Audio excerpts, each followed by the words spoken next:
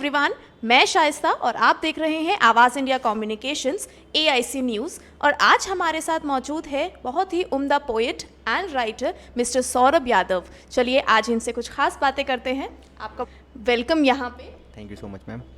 Sir, आज आप अपनी जर्नी के बारे में यहाँ बताइए, कहाँ से शुरुआत हुई और कहाँ तक आप पहुँचे। मैम, जब मैं 9th या 10th में था, मैं तब से राइटअप कर रहा हूँ। फिर बीच में मैंने काफ़ी लंबे टाइम तक लिखना छोड़ दिया। उसके बाद मैंने दोबारा लिखना स्टार्ट किया। उसका सबसे बड़ा रीज़न था मेरा छोटा भाई है, उसका फ्रेंड, क्योंकि वो भी राइटिंग करता है और काफ़ी अच्छी करता है। फिर वो मुझे आके अपनी राइटिंग सुनाता था, उसको देख के मैं फिर से लिखना मैंने स्टार्ट किया। उसके बाद मैं काफ़ी अच्छा करने लगा स्कूल में, अपनी बुक भी लेके आया और फिर लोग जानने लगे तो मुझे लगा हाँ, और ये छोटा सा यही मेरी जर्नी है, छोटी सी इतनी। आपने शुरू से ही चाहा था कि आप एक पोएट बनेंगे? नहीं, शुरू से तो नहीं चाहता, क्योंकि मुझे खुद नहीं लगता था मैं इतना अच्छा लिखता हूँ। लेकिन फिर जब मैं लिखने लगा तो लोगों से जब प्यार मिलने लगा तो मुझे लगा हाँ, मैं इस फील्ड में कुछ कर सकता हूँ। जाहिर सी बात है। और उसी प्यार के बाद आपने अपनी एक किताब भी लिखी है, उस किताब के बारे में हमें बताइए प्लीज़। मेरी किताब पहली पहल है, ये आपको अमेज़न पे भी मिल जाएगी। ये मेरी पहली किताब है और इसमें मतलब मैंने अपनी सारी बेस्ट पोइट्री डाल दी हैं, तो आप इसे पढ़ सकते हैं। मैं आप सबको ये किताब ज़रूर दिखाना चाहूँगी, मेरे सारे व्यूअर्स को ये किताब ज़रूर दिखाना चाहूँगी।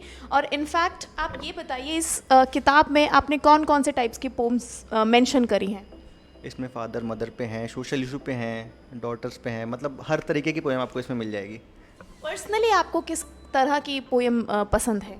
मुझे सोशल इशू पे लिखना बहुत ज़्यादा पसंद है। जनरली लोग ऐसा सुनना पसंद नहीं करते, क्योंकि आजकल की जनरेशन प्यार मोहब्बत ज़्यादा सुनती है।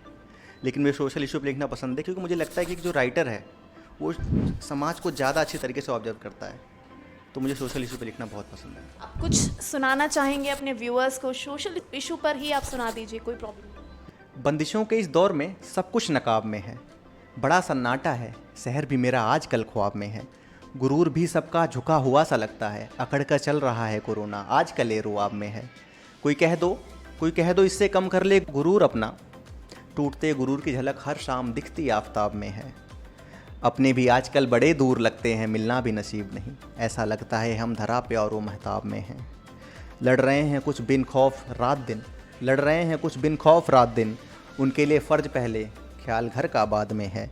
कहीं रो रही हैं मजबूरियाँ मजबूर हो राहों पर, बाकी सब ठीक है तर्क यहाँ हर जवाब में है। सब कुछ खुद के हाल पे ही चल रहा है आजकल, सब कुछ खुद के हाल पे ही चल रहा है आजकल, क्या कहें ऐब नहीं यहाँ किसी नवाब में है। क्या बात है, बहुत ही खूब। ज़रूर इस उम्दा पोएट्री को लिखने से पहले आपने किसी को इंस्पायर ज़रूर किया होगा। आप किसको इंस्पायर करते हैं? मैं रामधारी सिंह दिनकर को बहुत ज़्यादा इंस्पायर करता हूँ। उनकी वैसे तो बहुत सारी बुक्स हैं, लेकिन मुझे उसमें रश्मि रथी बहुत ज़्यादा पसंद है, क्योंकि मैं जब भी उस बुक को पढ़ता हूँ मुझे नई एनर्जी मिलती है, उससे नई कुछ नया मिलता है।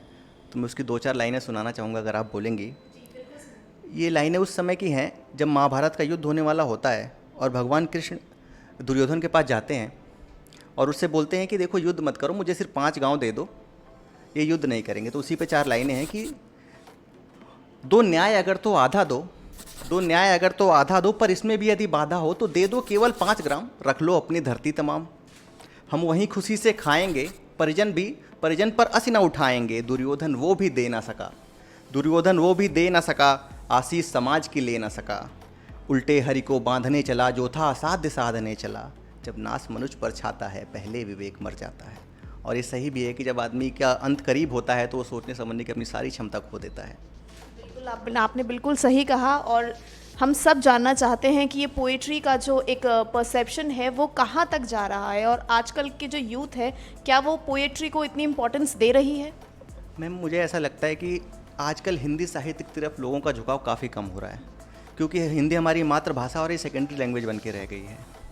और आजकल की जनरेशन में पेशेंस की बहुत कमी है, और पोएट्री फील्ड पेशेंस बहुत मांगती है। सब चाहते हैं एक दिन में नेम फेम सब मिल जाए, जो इस फील्ड में पॉसिबल नहीं है, इसलिए लोगों का इंटरेस्ट थोड़ा कम लगता है मुझे इस फील्ड में। पोएट्री ज़रूरी नहीं है कि ये हिंदी साहित्य की ही बात की जाए, ये इंग्लिश लैंग्वेज में भी हो सकती है, बट उसमें भी आपको लगता है कि कहीं ना कहीं हम लैक कर रहे हैं? काफ़ी हद तक मुझे ऐसा लगता है, क्योंकि आजकल हम देखते हैं कि फालतू चीज़ें ज़्यादा हैं, मतलब लोग अच्छी चीज़ों को देखना कम पसंद करते हैं, इधर उधर दिमाग भटकाना ज़्यादा पसंद करते हैं, तो मुझे ऐसा लगता है। आपको क्या लगता है पोएट्री की डे टू डे लाइफ में क्या इम्पोर्टेंस है?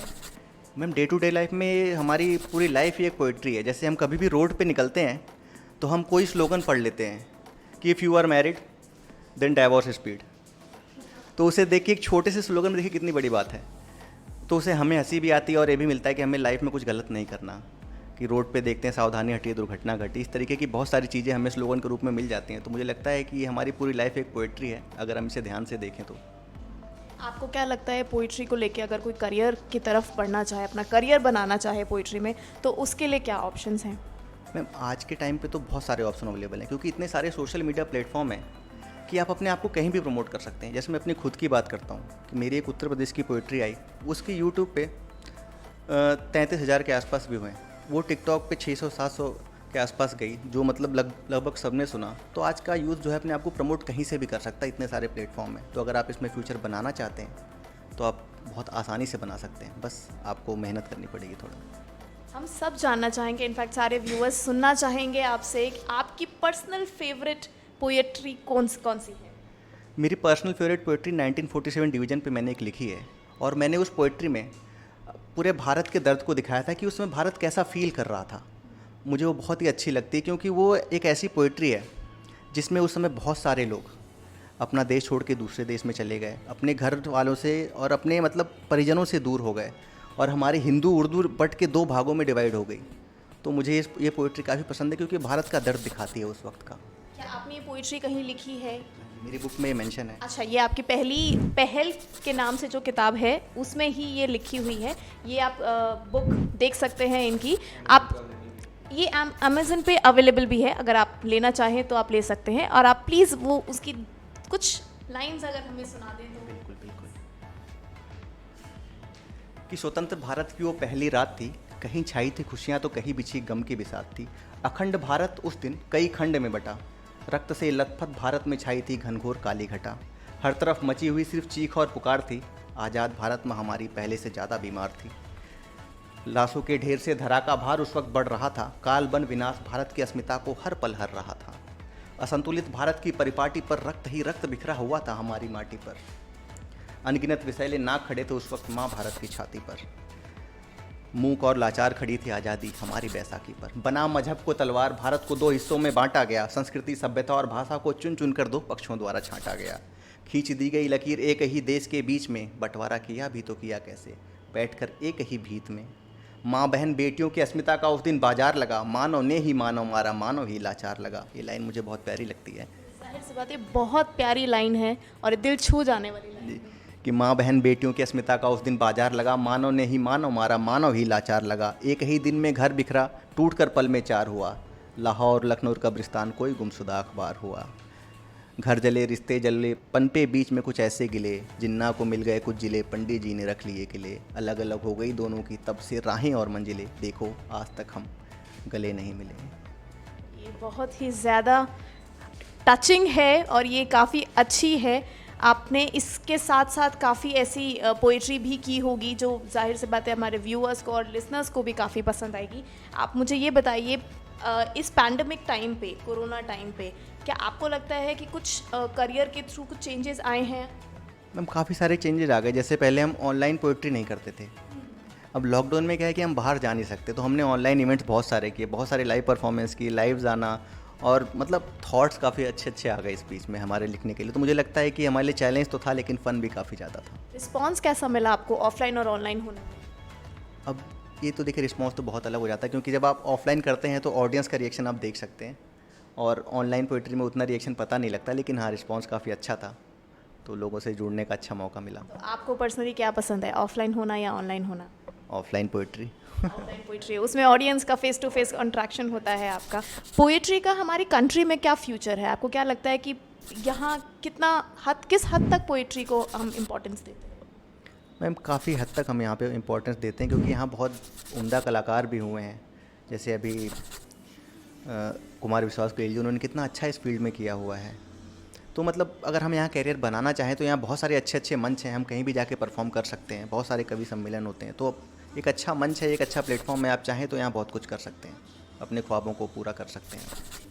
और आप यंगस्टर्स को प्लीज़ कुछ कहना चाहें कि पोइट्री में आगे क्या करना चाहें? अगर हमें बहुत अच्छा लगेगा अगर आप कुछ पोइट्री के ही वे में कुछ यंगस्टर्स को कहना चाहें। ठीक है कि ख्वाब पाले हैं तो उनको उड़ने का हौसला दो, ख्वाब पाले हैं तो उनको उड़ने का हौसला दो, बिना पंखों के भी लंबा उड़ा जा सकता है। गलत राह पे हो तो लौट आओ, अभी देर नहीं।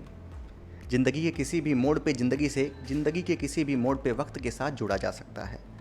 अहम है तो छोड़ दो, अहम मतलब अहंकार होता है कि अहम है तो छोड़ दो, इनका कांटों से रिश्ता है। वक्त को साथ लो, इससे कभी भी जुड़ा जा सकता है। उम्मीद का दामन अगर पकड़ के रखा है आपने तो मंजिल को ख्वाबों के साथ उड़ा जा सकता है। तो अगर आपने कोई ख्वाब पाले हैं तो उसे पूरा करने के लिए मेहनत करिए, ज़रूर पूरे होंगे। बहुत अच्छी बात हमने इनसे सुनी। हमारे साथ मौजूद थे मिस्टर सौरभ यादव, बहुत ही ख़ास पोएट और राइटर। आप इनकी किताब ज़रूर पढ़िएगा, ये अमेज़न पे अवेलेबल है। और मैं आपके साथ शाइस्ता, आवाज़ इंडिया कम्युनिकेशंस। धन्यवाद।